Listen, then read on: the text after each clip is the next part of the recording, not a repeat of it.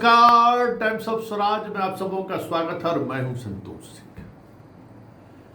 देखिए, पहले समाज में या सोसाइटी में जब अपना परिचय देते थे या मेरे बारे में कोई परिचय देता था कि ये पत्रकार है, तो एक अलग तरीके का भाव लोगों के दिल दिमाग में होता था। जो नहीं जानता था वो भी, जानने वाले की बात छोड़ दीजिए कि हम किस तरीके की पत्रकारिता करते हैं। लेकिन अब तो पत्रकार का कहिए पत्रकार है तो चेहरे पर इस तरीके से का भाव आता है जैसे लगता है कि भाई सामने जो है सो कोई रेपिस्ट बैठा हो, बलात्कारी कोई बैठा हो। यह हम व्यक्तिगत अनुभव के आधार पर हम कह रहे हैं। कल एक ऐसे जगह पर हम बैठे हुए थे जहाँ पर कुछ लोग आए जो मुझे नहीं जानते थे और कुछ बात ऐसी हुई तो परिचय हुआ तो पत्रकार है। तो उसके चेहरे का भाव, परिवार के साथ आए हुए थे, चेहरे का भाव देखकर लगा जैसे कि कहाँ आ गए हम, किसके कहाँ बुला लिया ये लोग। संयोग ऐसा हुआ कि सामने जो लोग आए हुए थे उनके तरफ ही हम देख रहे थे, तो उनके चेहरे के भाव से लगा कि भाई वो आदमी असहज महसूस कर रहा है। तो जो वहाँ से बुलाए हुए थे, सब लोगों को बुलाए हुए थे, वही जो होस्ट थे उनको हम इशारे में कहे कि भाई देखिए, आपका ये व्यक्तिगत कार्यक्रम था, इसमें पत्रकार को आपको इन्वाइट नहीं करना चाहिए था। कहने नहीं संतोष जी, आप पत्रकार के रूप में थोड़े आए थे, हमको परिचय तो आप करा दीजिए। आपके जो जनाब आए हैं वो बहुत असहज महसूस कर रहे हैं। तो फिर वहीं पे चर्चा हुई पत्रकारिता को लेकर। देखिए, बहुत ही मतलब एक अंदर से एक बड़ा भाव लेकर पत्रकार बने थे।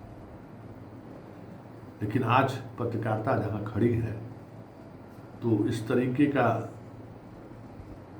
संवाद, इस तरीके की प्रतिक्रिया तो आनी स्वाभाविक है। हमने आप लोगों को एक बार बताया था कि इस बार टीआरपी में बहुत बुरी स्थिति होगी चैनल की। पिछले 2 सप्ताह से, जब से युद्ध शुरू हुआ है और अभी तक, हर बृहस्पतिवार को बार्क का रिपोर्ट आता है। हम लोग जब चैनल में थे तो बार्क रिपोर्ट बृहस्पतिवार को, आप समझिए कि बुधवार से हम लोगों का नींद हराम होना शुरू हो जाता था कि बार्क का रिपोर्ट आने वाला है, इसमें कुछ भी इधर उधर हुआ तो बस होता है, बड़ी खिंचाई होती है कि भाई देख लीजिए क्या स्थिति है आपका। तो जो बार्क का रिपोर्ट आया है, युद्ध के दौरान 7, 8, 9, 10 इनका चैनल देखने से ज़्यादा लोग आईपीएल देख रहा था। चैनल देखने वाली की संख्या वैसे भी कम होती है, लेकिन पूरे घटनाक्रम के दौरान, ये बहुत बड़ा घटनाक्रम था ना, लेस इंटरेस्ट। पूरी रात जिस दिन कराची और लाहौर सेना को पहुंचाए हुए थे, उस दिन तो अधिकांश चैनल का टीआरपी 0 है। बड़े बड़े चैनल जो चीख चिल्ला रहे थे उसका टीआरपी 0। और टीआरपी में क्या होता है, बक्सा लगा रहता है। जहां आप केबल में देखते हैं ना, वहां बक्सा लगा रहता है। वो बक्सा कहाँ किसके घर में लगा हुआ है ये किसी को नहीं मालूम होता है। बहुत सारे, पटना में भी 8,000 10,000 बक्सा हो गए, दिल्ली में 40,000 बक्सा हो गए, हर शहर में। और बार्क उसको अमेरिकन कंपनी है, वो उसको असिस्ट करके जो है सारे चैनल को जो है देता है और हम लोगों से मंथली और साल में एक बार पैसा लेता है। तो बस 0 टीआरपी, मतलब इस देश के अधिकांश शहरों में उस रात किसी ने खबर देखा ही नहीं, दिन में भी इक्का दुक्का। और ये स्थिति अभी तक बनी हुई है। अब आप समझ लीजिए कि चैनल का दर्शक का क्या हाल है। लोग चैनल देखना छोड़ दिया। आने वाले समय में मीडिया वाले का नौकरी काहे खत्म होते जा रहा है। अरे भाई, कितना घोड़ा घास से दोस्ती कर लेगा तो घोड़ा बचेगा। देखिए ना, यही टीआरपी रिपोर्ट है, अखबार ने भी छापा है कि लोगों ने देखना छोड़ दिया। और देखना छोड़ दिया, विज्ञापन नहीं मिलेगा तो सरकार के पैसा पर कितना दिन चैनल चलेगा, कितना दिन मालिक चलाएगा भाई चैनल। आज न कल जाना ही है, जाना है। तो चैनल की स्थिति हो क्यों क्या रहा है, हम लोग सरकार का प्रोपगंडा चलाते हैं कि सरकार जो है सो ये कर दिया, वो कर दिया, कुछ से कुछ। आज कल के अखबार में, पूरे अखबार में, आज अखबार में है कि पाकिस्तान में वो आतंकवादी को मारा गया, जिसमें 2006 में जो है, आज से 20 साल पहले वो आतंकी गतिविधियों में का मॉनिटरिंग कर रहा था। इस तरीके से खबर चला है।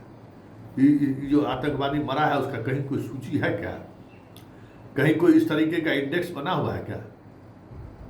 तो हम लोग सरकार के प्रोपगंडा को फैलाने का काम कर रहे हैं। सरकार जो कह रही है, सरकार से हम लोग सवाल नहीं कर रहे हैं, प्रोपगंडा को उसको फैला रहे हैं। तो प्रोपगंडा फैलाइएगा तो कौन देखेगा? कोई देखेगा? यही स्थिति है। तो धीरे धीरे ये जो प्रोपगंडा फैलाने का मशीन हम लोग बनकर रह गए। सरकार से सवाल करना तो दूर, सरकार की बात रखना दूर, ये सब तो अब बहुत पीछे छूट चुका है। अब चैनल का और अखबार का क्या काम रह गया?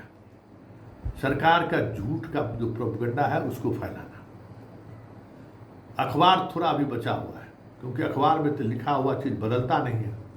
कल अखबार में आ जाएगा तो परमानेंट लोग दर्शक के पास रह जाएगा, पाठक के पास रह जाएगा, तो बदल नहीं सकते। तो थोड़ी सावधानी बरतता है।